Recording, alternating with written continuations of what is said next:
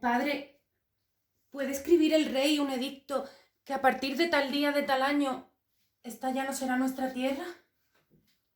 Y que sea cierto. ¿Y si el rey escribe que ya no salga el sol esta mañana? ¿Ya no saldría? ¿Tienen las palabras ese poder? ¿Hacer que no florezcan los almendros? ¿Detener el vuelo de las aves? ¿Echarte para siempre de tu casa?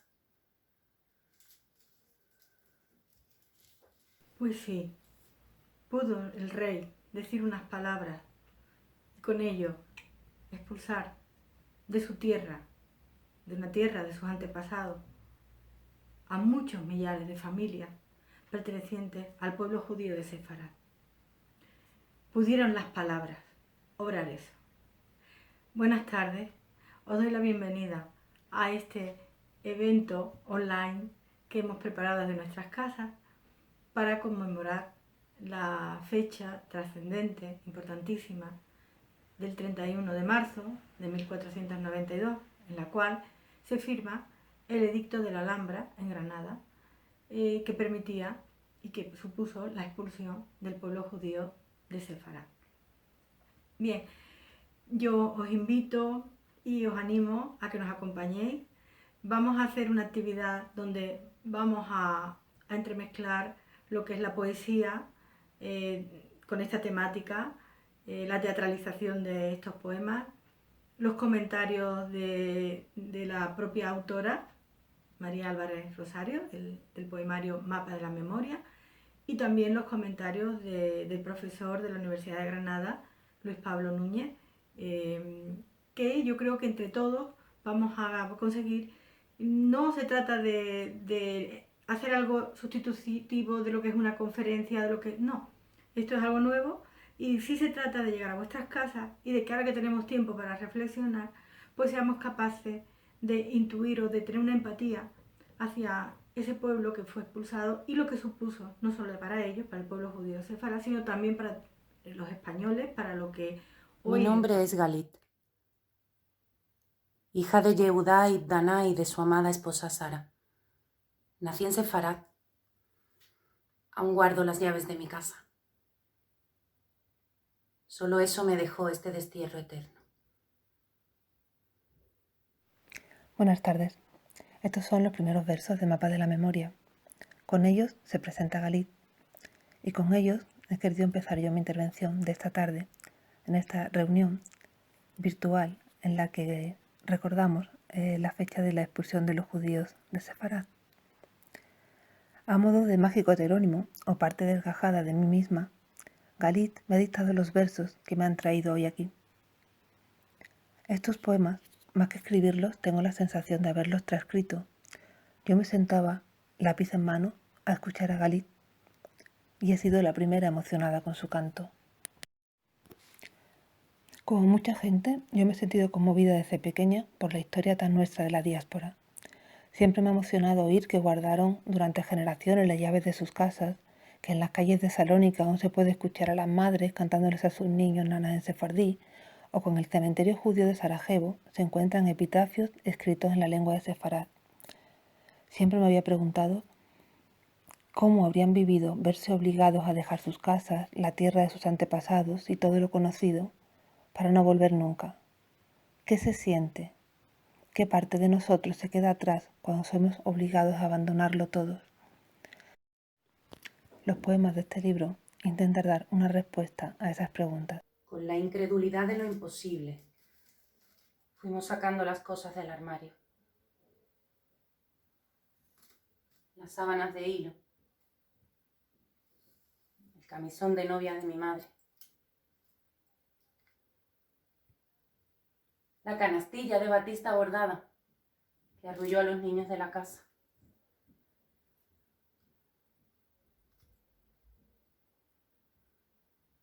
La ropa que vistieron los muertos.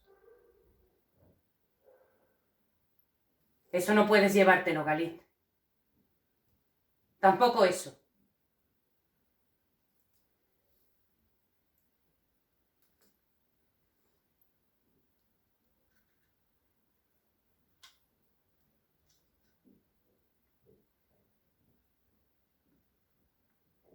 cómo dejar atrás las cosas tan amadas. Sevilla y Granada, ¿por qué?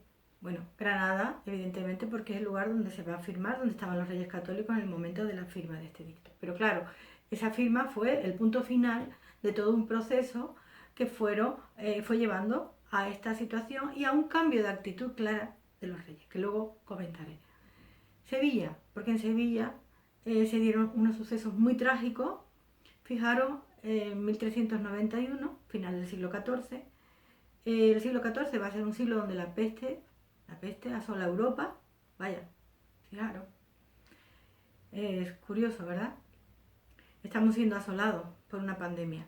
Bueno, pues en Sevilla, en el siglo XIV, hubo 3 oleadas de peste que hizo que la población quedara reducida al 40%.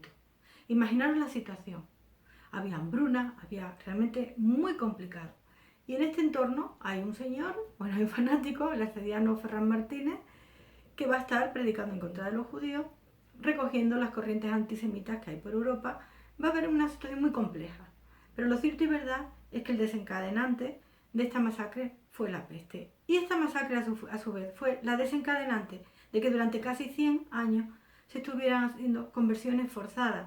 Los judíos realmente no había una intención, en principio, clara, de ir a acabar con ellos, sino lo que se quería es que se convirtieran. Y si no se convertían, entonces sí, o te ibas o muchos de ellos murieron. Por lo tanto, las conversiones forzadas generaron una situación, la creación de una nueva clase social, una nueva burguesía, que eran los judíos conversos y los criptojudíos, que eran aquellos que se convertían pero seguían siendo judíos en secreto. Esta situación genera un caos social que termina en la creación de la Inquisición española por parte de los Reyes Católicos, 1480, en la creación de, en las leyes en Toledo hay unas leyes de confinamiento, de nuevo nos recuerda la situación actual. Los judíos fueron obligados a estar confinados en sus casas, en sus barrios, a partir de 1480, ley que se cumplió más o menos, pero ahí estaba.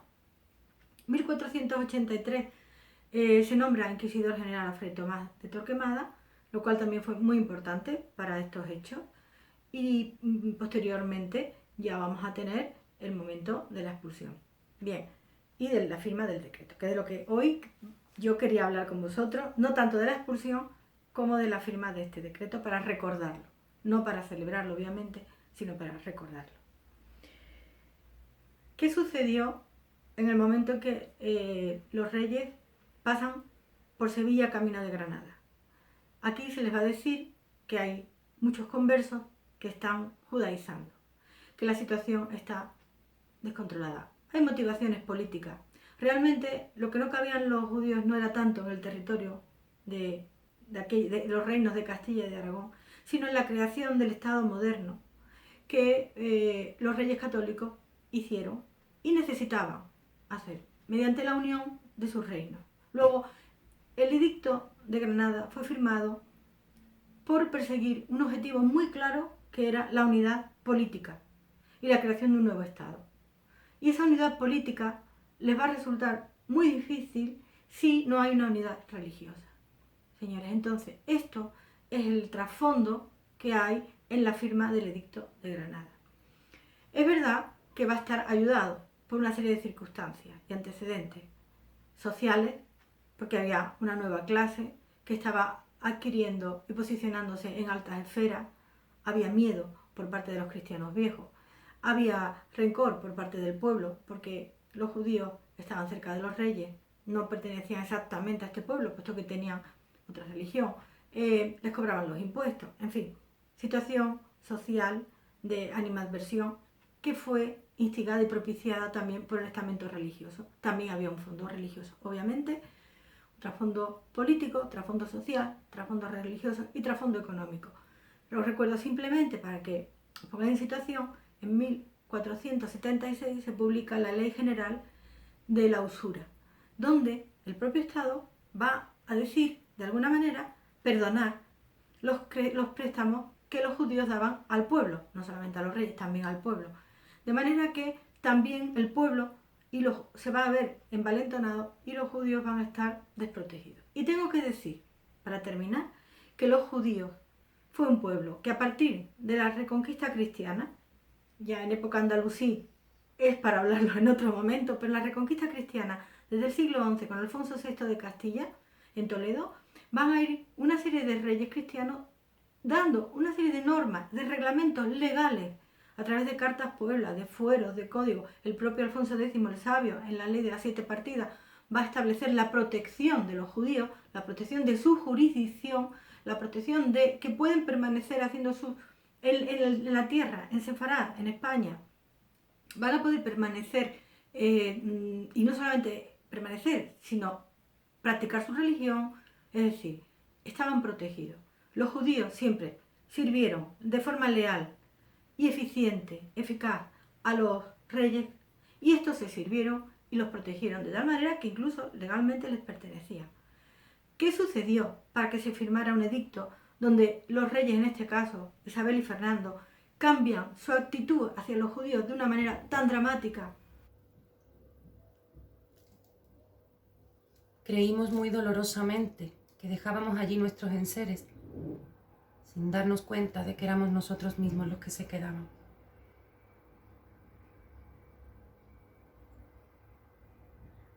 Enterré bajo el sauce, a salvo de miradas, mi espejito de plata, la sortija esmeralda y el paño de brocado que me obsequió mi padre.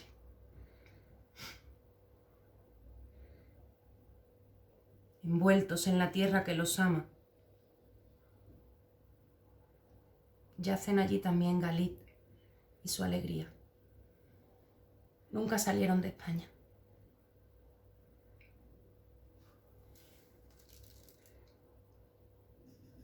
Madre, entre las cosas que nos dejamos allí, ha debido quedarse la alegría. Bueno, fue sobre todo un cambio de opinión, un cambio de actitud que les van a estar instigados por la Inquisición. El decreto, como tal, va a explicar que los motivos por los cuales se expulsa a los judíos son el que ellos hacen proselitismo y practican la herética pravedad. Los motivos oficiales son de índole religiosa, si bien, como he comentado, fueron muchos más el fondo del problema. También los reyes en el edicto van a decir que los judíos no han aprendido y no han tomado escarmiento de la situación que se produce en Sevilla, en la Baja Andalucía, Sevilla, Córdoba y Cádiz, por la cual los judíos se tienen que ir en 1484, por orden de la Inquisición, que ya estaba establecida, Fray Tomás de Torquemada estaba establecido en Sevilla. De manera que los propios reyes en el edicto, en la carta, en el edicto de Granada, van a decir que ya que los judíos siguen haciendo esas actividades perniciosas para o bien los conversos o para el resto de la población, van a ser expulsados puesto que no han aprendido de los andaluces. Bien, el edicto les da un plazo de 4 meses para que vendan sus propiedades, no les va a permitir sacar oro, plata, caballos, armas. Lo que hacen los judíos, eso sí, dejan que hagan cartas de crédito y por ahí es por donde van a poder sacar algo de sus propiedades. Pero imaginaros la situación de indefensión, de sorpresa, no se lo esperaban, y de terrible catástrofe que sufren tantas familias que tuvieron que salir de Sefarad. Totalmente la naturaleza del predominio de lo que había sido España y Sefarad y Al-Ándalus hasta el momento de la expulsión por vía del decreto de edicto de Granada. Por lo tanto, para los judíos empieza una nueva vida donde se van a llevar la identidad, la lengua, la cultura, las costumbres que tenían aquí y las van a conservar, añadiéndole otros elementos. Ahí nace la cultura sefardí a partir del decreto. La lengua, el sefardí, el ladino, el judío español, también nace a partir del decreto de Granada, porque ellos se van a ir y en ese amor que sienten por la patria que les ha echado, van a conservar toda esa cultura que tenían desde tiempos ancestrales y le van a enriquecer con la cultura y con la lengua algunas palabras, de los lugares por donde se van asentando. De ahí nace una nueva lengua, una evolución diferente al castellano que tenemos aquí. Y bueno, en cualquier caso, se crea un nuevo pueblo, que es el pueblo sefardí. Yo ya no voy a continuar, simplemente os animo a que ahora sigáis viendo lo que hemos preparado para vosotros. Feliz tarde y disfrutad. Y pensemos.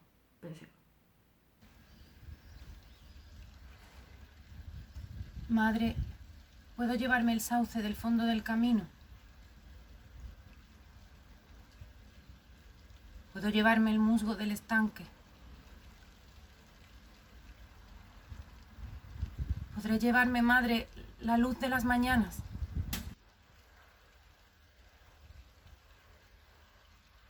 Abuela, ¿quién regará las lilas de su patio?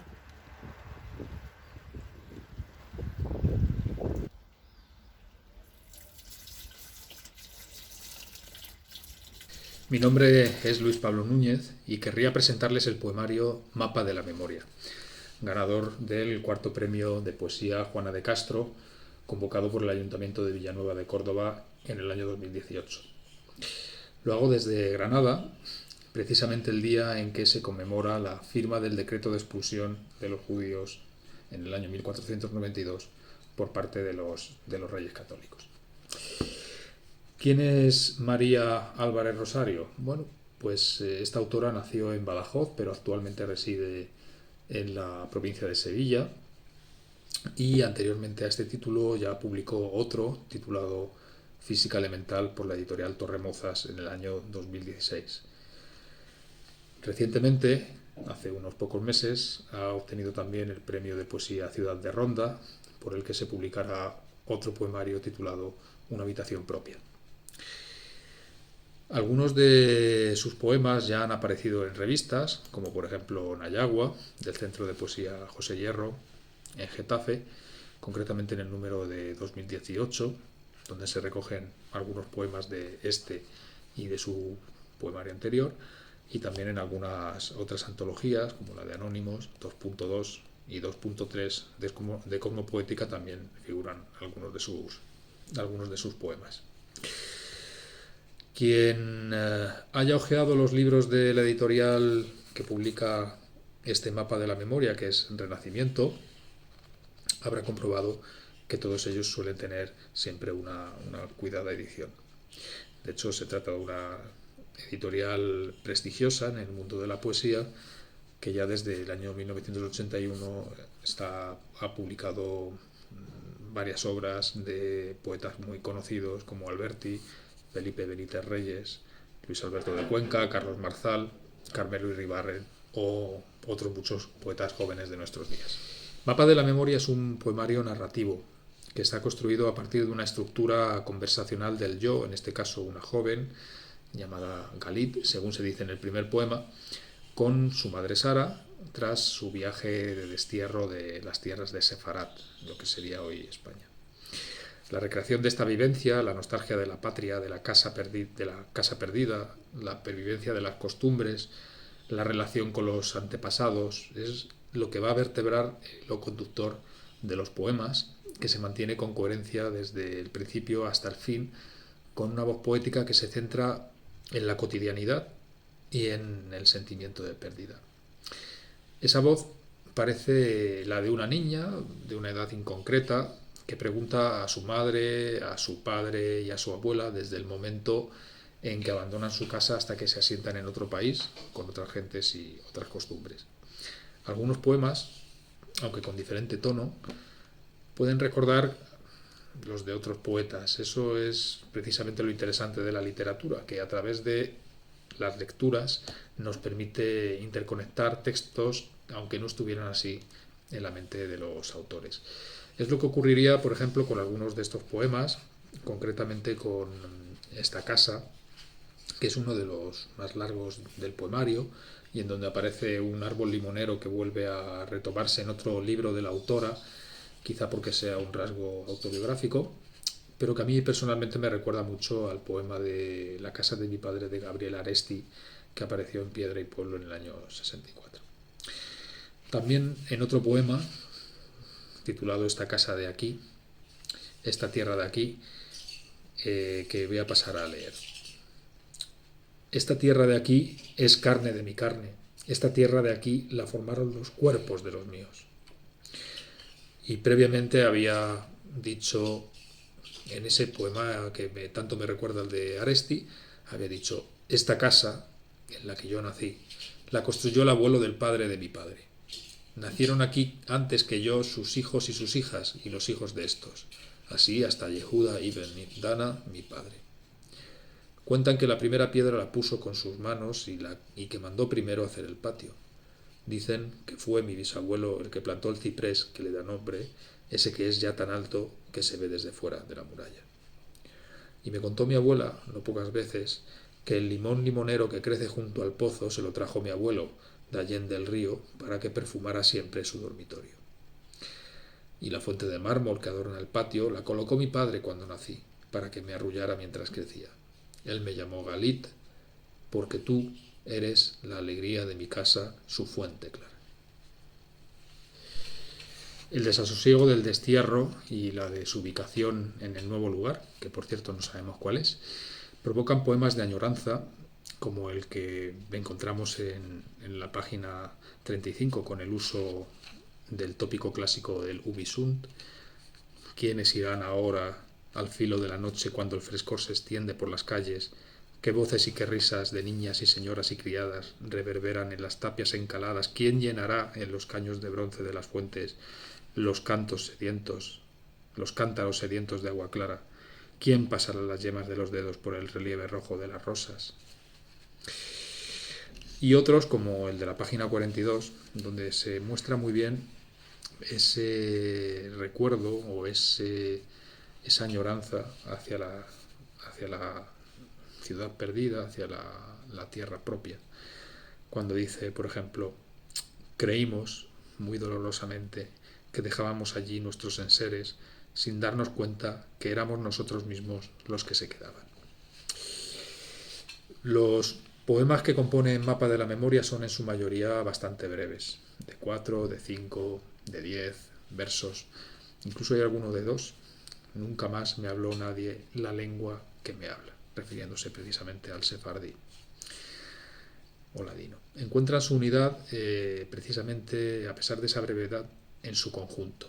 Y esto es lo que favorece su lectura, que es bastante rápida, debido no solo a esa brevedad de los poemas, como ya les decía, sino también a la lectura progresiva, al hecho de ser un poema narrativo continuo, donde hay una historia que se cuenta desde un principio y un final, aunque cada uno de los poemas, como acabamos de ver, pues sean muy íntimos, sean líricos.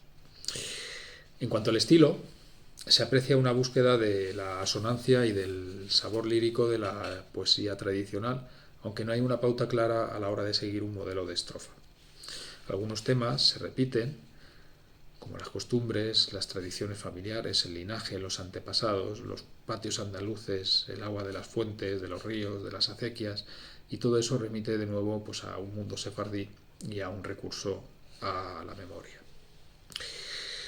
Para finalizar, podríamos hablar de las interpretaciones. En este caso yo creo que se podrían dar 2. La primera interpretación, que sería la más obvia, desde un punto de vista literal, sería la que tiene que ver con la memoria del pueblo sefardí errante por Europa y África tras el edicto de expulsión de los judíos de los reyes católicos al que me refería en un principio. Ese yo poético de toda la obra, que es Galit, la joven, será precisamente la última de su linaje al no poder tener hijos. Sin embargo, desde un punto de vista más amplio, se puede también hacer una interpretación más simbólica. Y el poemario podría ser leído como la memoria de aquello que hemos dejado atrás, aquello que hemos vivido, como un repaso de lo que ya hemos hecho por nuestros familiares y lo que nosotros mismos hemos heredado. En conclusión, creo que es un poemario que merece la pena leer y espero que estas palabras sirvan como una introducción a la obra para aquellos que aún no la conocen y animen a otros a acercarse a la poesía, especialmente en unos tiempos especialmente duros como estos. Voy a prestarle mi voz a Galiz para que os cuente. Espero que, como a mí, os toque el corazón. Memoricé la casa, desde el umbral de piedra alto y pulido. Recuerdo la alegría. Era blanca de cal en las fachadas, blanca de sábanas tendidas, de azoteas, blanca y azul por encima de las tapias. Era de sombra fresca en los zaguanes, de agua bulliciosa en las acequias, y era morada y dulce por la tarde, como las uvas que crecen en la parra del patio. La alegría, ¿se acuerda, madre? Ya no podré volver nunca a mi casa. Todo se va borrando, como en la niebla. Mapa de la memoria, quien te tuviera. Si pudiera pedir solo un deseo, sería dormir de nuevo con mi abuela, las noches de verano en nuestra casa, su cuerpo tibio, las sábanas de hilo, los balcones abiertos sobre el patio. Y ahora, por último, voy a leer Acto de Resistencia, que es lo que hicieron los judíos expulsados de Sefarad durante 5 siglos, conservando su lengua allá donde fueron, porque, como ellos sabían, la lengua es la patria íntima, la lengua es la primera casa. Acto de resistencia. Seguir llamando patio al patio y jazmín al jazmín, aunque no haya. Al agua, llamarla siempre agua, o acaso puede quitar la sed otra palabra. Llamar a los sabores por sus nombres, pimentón dulce, aceite y aceitunas, mata la uva y miel, canela en rama. Al amor, llamarlo amor, ternura a la ternura y decir alegría para invocarla. Conservar con todas las palabras a mi alcance la única patria que me queda.